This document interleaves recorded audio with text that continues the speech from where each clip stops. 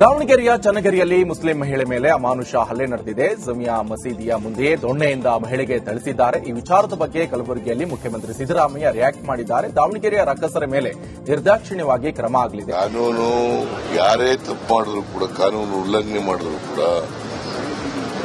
ಯಾರೇ ರಸ್ತೆಯಲ್ಲಿ ಅವರು ಕಾನೂನನ್ನ ಉಲ್ಲಂಘನೆ ಮಾಡಿ ಯಾರು ಮಾಡ್ತಾರೆ. ಜಾತಿ ಜನಗಣತಿ ವಿಚಾರದ ಬಗ್ಗೆ ಕೊಪ್ಪಳದಲ್ಲಿ ಕೂಡಲ ಸಂಗಮ ಪೀಠದ ಜೆ ಮೃತ್ಯುಂಜಯ ಸ್ವಾಮೀಜಿ ರಿಯಾಕ್ಟ್ ಮಾಡಿದ್ದಾರೆ. ಕಾಂತರಾಜ್ ವರದಿ ಅವೈಜ್ಞಾನಿಕ ಆಗಿದೆ, ರಾಜಕೀಯವಾಗಿ ಲಿಂಗಾಯತರನ್ನ ಕುಗ್ಗಿಸುವಂತ ಕೆಲಸ ಆಗಿದೆ. ಸಂವಿಧಾನಿಕವಾಗಿ ವರದಿ ಮಾಡಬೇಕು. 10 ವರ್ಷದ ಹಿಂದೆ ಲಿಂಗಾಯತರನ್ನ ಟಾರ್ಗೆಟ್ ಮಾಡಿ ವರದಿ ಮಾಡಲಾಗಿದೆ.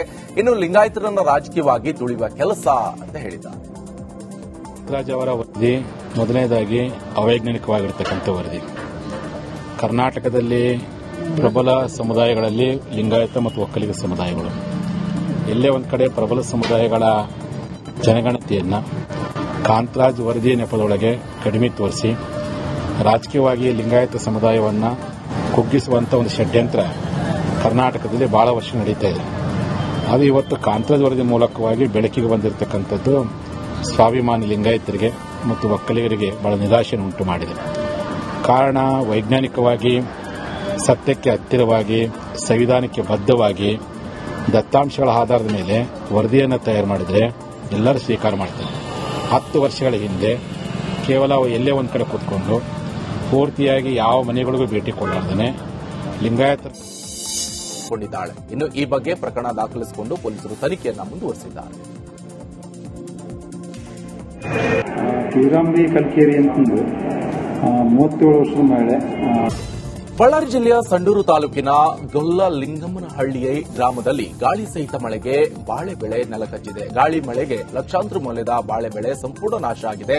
ರೈತ ಯರಿಸ್ವಾಮಿ ಎಂಬುವರಿಗೆ ಸೇರಿದ 4 ಎಕರೆ ಬಾಳೆ ಬೆಳೆ ಹಾಳಾಗಿದ್ದು, ಮಳೆ ಗಾಳಿಗೆ ಬೆಳೆ ಹಾಳಾಗಿದ್ದರಿಂದ ರೈತ ಸಂಕಷ್ಟಕ್ಕೆ ಸಿಲುಕಿದ್ದಾನೆ.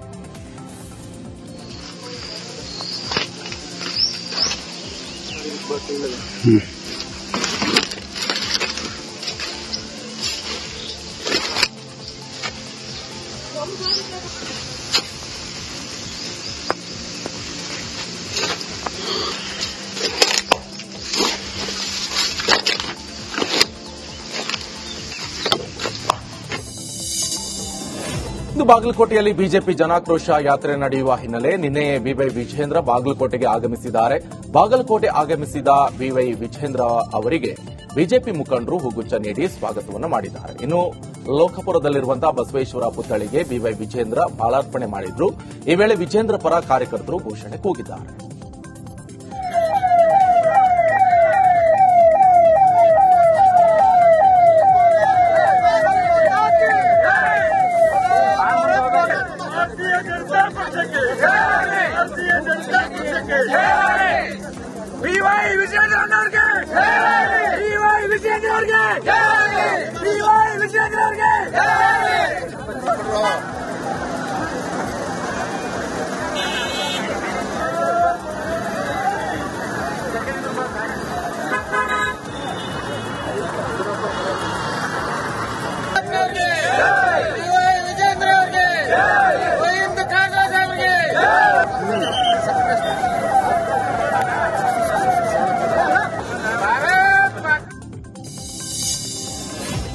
ಪ್ರಧಾನಿ ನರೇಂದ್ರ ಮೋದಿ ರಾಜ್ಯ ಸರ್ಕಾರವನ್ನ ಬೀಳಿಸುತ್ತಾರೆ ಎಂಬಂತ ಮಲ್ಲಿಕಾರ್ಜುನ್ ಖರ್ಗೆ ಹೇಳಿಕೆಗೆ ಬಿವೈ ವಿಜೇಂದ್ರ ತಿರುಗೇಟನ್ನು ಕೊಟ್ಟಿದ್ದಾರೆ.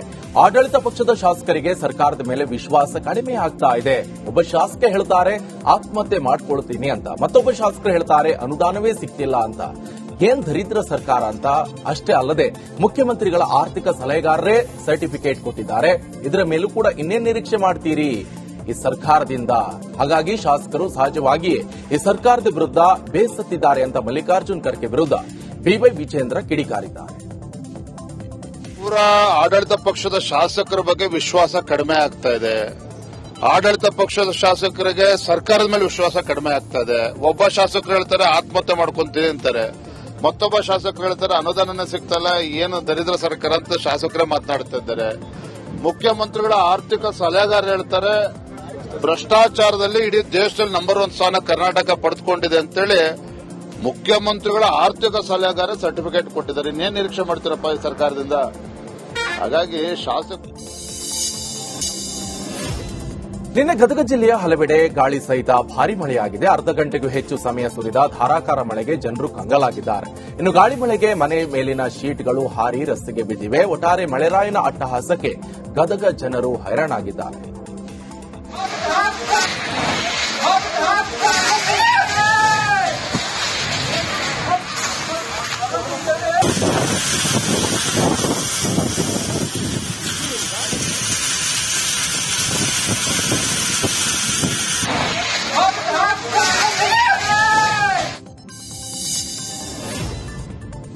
ಬೆಲೆ ಏರಿಕೆ ಖಂಡಿಸಿ ಇಂದು ವಿಜಯಪುರದಲ್ಲಿ ಬಿಜೆಪಿ ಜನಾಕ್ರೋಶ ಯಾತ್ರೆ ನಡೆಯಲಿದೆ. ನಗರದ ಶಿವಾಜಿ ಸರ್ಕಲ್ನಿಂದ ದರಬಾರ ಮೈದಾನದ ತನಕ ಯಾತ್ರೆ ಸಾಗಲಿದ್ದು, ದರಬಾರ ಮೈದಾನದಲ್ಲಿ ಸಮಾವೇಶ ನಡೆಯಲಿದೆ. ಮುಂಜಾನೆಯಿಂದ ಸಾಯಂಕಾಲ 4 ಗಂಟೆ ತನಕ ಈ ಯಾತ್ರೆ ನಡೆಯಲಿದೆ. ಇನ್ನು ಯಾವುದೇ ಅಹಿತಕರ ಘಟನೆಗಳು ನಡೆಯದಂತೆ ಯಾತ್ರೆ ಸಾಗುವ ರಸ್ತೆಯುದ್ದಕ್ಕೂ ಕೂಡ ಪೊಲೀಸ್ ಕಣ್ಗಾವಲಿಗೆ ಸಿದ್ದತೆಯನ್ನು ನಡೆಸಲಾಗಿದೆ.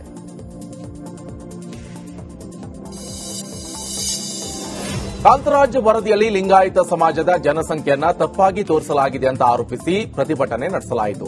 ವೀರಶೈವ ಲಿಂಗಾಯತ ಜಾಗೃತ ಯುವ ಸಮಾಜದ ವತಿಯಿಂದ ಪ್ರತಿಭಟನೆ ನಡೆದಿದ್ದು, ಈ ಆಯೋಗದ ವರದಿಯಲ್ಲಿ ವೀರಶೈವ ಮತ್ತು ಲಿಂಗಾಯತ ಬೇರೆ ಬೇರೆ ಅಂತ ತೋರಿಸಲಾಗ್ತಾ ಇದೆ. ಅವೆರಡು ಒಂದೇ ಆಗಿದ್ದು, ಈ ವರದಿ ಸುಮಾರು 10 ವರ್ಷದಷ್ಟು ಹಳೆಯದಾಗಿದೆ. ಅಲ್ಲದೆ ಇನ್ನಿತರ ವೀರಶೈವ ಲಿಂಗಾಯತ ಉಪ ಪಂಗಡಗಳನ್ನ ಬೇರೆ ಬೇರೆಯಾಗಿ ತೋರಿಸಿ ಸಮಾಜದಲ್ಲಿ ವಿಷಬೀಜ ಬಿತ್ತುವಂತ ಹುನ್ನಾರವನ್ನ ರಾಜ್ಯ ಸರ್ಕಾರ ಮಾಡ್ತಾ ಇದೆ. ಆದ್ರಿಂದ ಯಾವುದೇ ಕಾರಣಕ್ಕೂ ಈ ಅವೈಜ್ಞಾನಿಕ ವರದಿಯನ್ನ ಜಾರಿ ಮಾಡಬಾರದು ಅಂತ ಆಗ್ರಹಿಸಿ ಜಿಲ್ಲಾಡಳಿತಕ್ಕೆ ಮನವಿಯನ್ನ ಸಲ್ಲಿಸಲಾಯಿತು.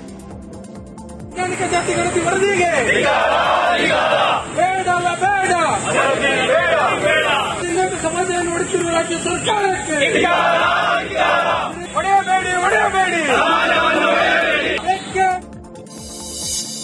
ಶಿವಮೊಗ್ಗದಲ್ಲಿ ಕೇಂದ್ರದ ವಿರುದ್ಧ ಯೂತ್ ಕಾಂಗ್ರೆಸ್ ಪ್ರತಿಭಟನೆ ನಡೆಸಿ ಅಂಚೆ ಕಚೇರಿ ಮುತ್ತಿಗೆಗೆ ಯತ್ನಿಸಲಾಯಿತು. ಸೋನಿಯಾ ರಾಹುಲ್ ಗಾಂಧಿ ವಿರುದ್ಧ ದ್ವೇಷದ ರಾಜಕಾರಣ ಮಾಡಲಾಗ್ತಾ ಇದೆ.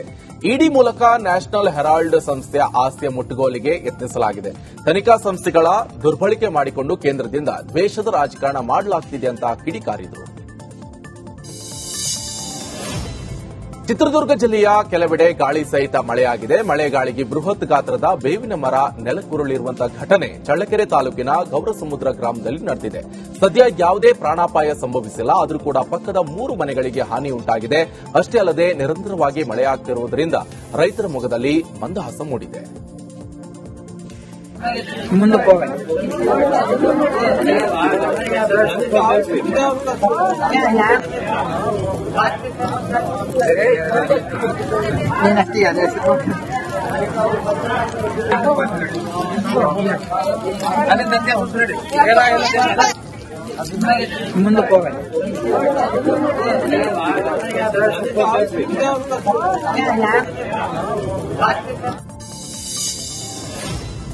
ಇನ್ನು ಮಳೆಗಾಳಿಗೆ ಬೃಹತ್ ಗಾತ್ರದ ಮರವೊಂದು ರಸ್ತೆಗೆ ಬಿದ್ದಿರುವಂತಹ ಘಟನೆ ಶಿವಮೊಗ್ಗ ಜಿಲ್ಲೆಯ ತೀರ್ಥಹಳ್ಳಿ ತಾಲೂಕಿನ ಮೇಲಿನ ಕುರುವಳ್ಳಿ ನಡೆದಿದೆ. ರಸ್ತೆ ಮಧ್ಯೆ ಬರ್ತಾ ಇರುವಂತಹ ಬೈಕ್ ಸವಾರನ ಮೇಲೆಯೇ ಮರ ಬಿದ್ದಿದ್ದು, ಬೈಕ್ ಸವಾರನಿಗೆ ಸಣ್ಣ ಪುಟ್ಟ ಗಾಯಗಳಾಗಿವೆ. ಇನ್ನು ಬೈಕ್ ಸವಾರನನ್ನ ಆಸ್ಪತ್ರೆಗೆ ದಾಖಲಿಸಿ ಚಿಕಿತ್ಸೆ ನೀಡಲಾಗಿದೆ.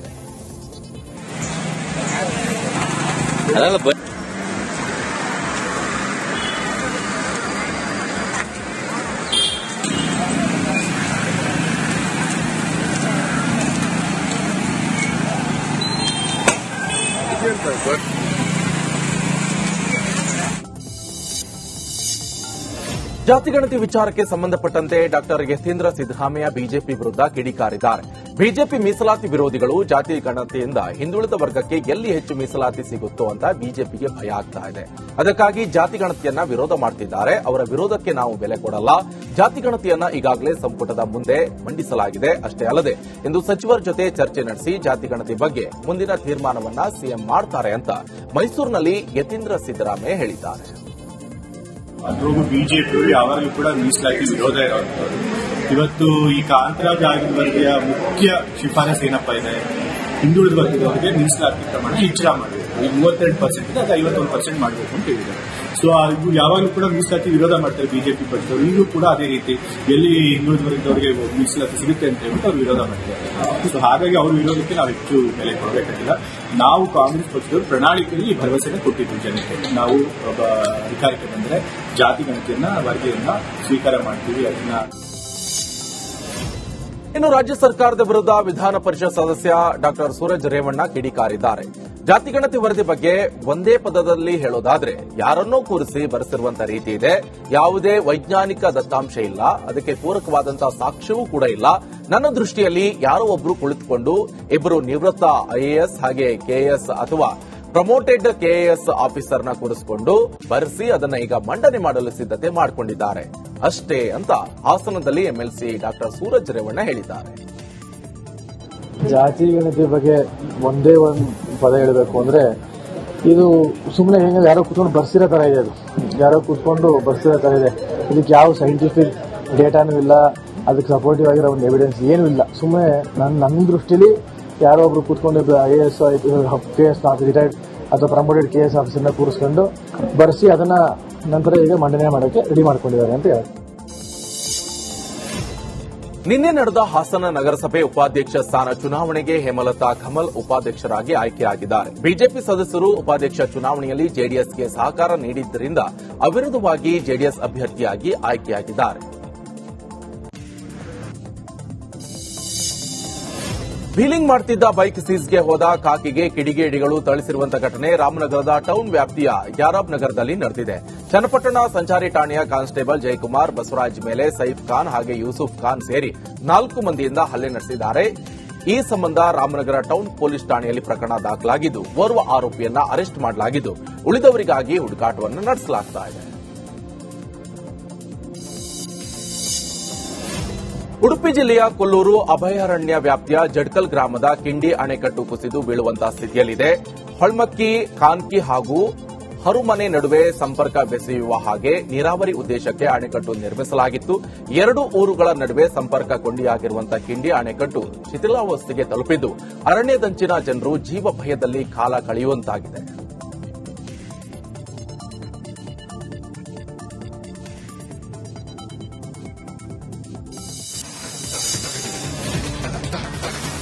ರಾಜಧಾನಿ ಬೆಂಗಳೂರಲ್ಲಿ ಬೇಸಿಗೆ ಮಳೆಯ ಅಬ್ಬರ ಜೋರಾಗಿದೆ. ಇನ್ನು ರಸ್ತೆಗಳಲ್ಲಿ ಮಳೆ ನೀರು ನಿಂತು ಭಾರೀ ಅವಾಂತರ ಸೃಷ್ಟಿಯಾಗಿದೆ. ಬೇಸಿಗೆ ಮಳೆಯಲ್ಲೇ ಈ ಸ್ಥಿತಿ ಮುಂಗಾರಲ್ಲಿ ಹೇಗೋ ಸಣ್ಣ ಮಳೆಯನ್ನು ಕೂಡ ತಡೆಯುವ ಶಕ್ತಿ ಬೆಂಗಳೂರಿಗಿಲ್ವಾ ಅಂತ ಬಿಬಿಎಂಪಿ ನಿರ್ಲಕ್ಷ್ಯದ ವಿರುದ್ಧ ಸಿಟಿ ಜನರು ಆಕ್ರೋಶವನ್ನು ವ್ಯಕ್ತಪಡಿಸಿದ್ದಾರೆ.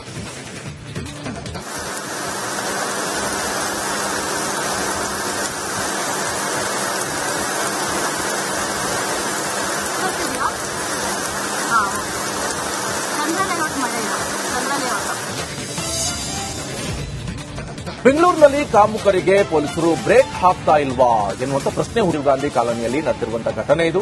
ಇನ್ನು ಏಪ್ರಿಲ್ 13ರಂದು ನಡೆದಿರುವಂತಹ ಘಟನೆ ತಡವಾಗಿ ಬೆಳಕಿಗೆ ಬಂದಿದೆ. ಆರೋಪಿಗಾಗಿ ಶಿವಾಜಿನಗರ ಪೊಲೀಸರು ಬಲೆ ಬೀಸಿದ್ದಾರೆ.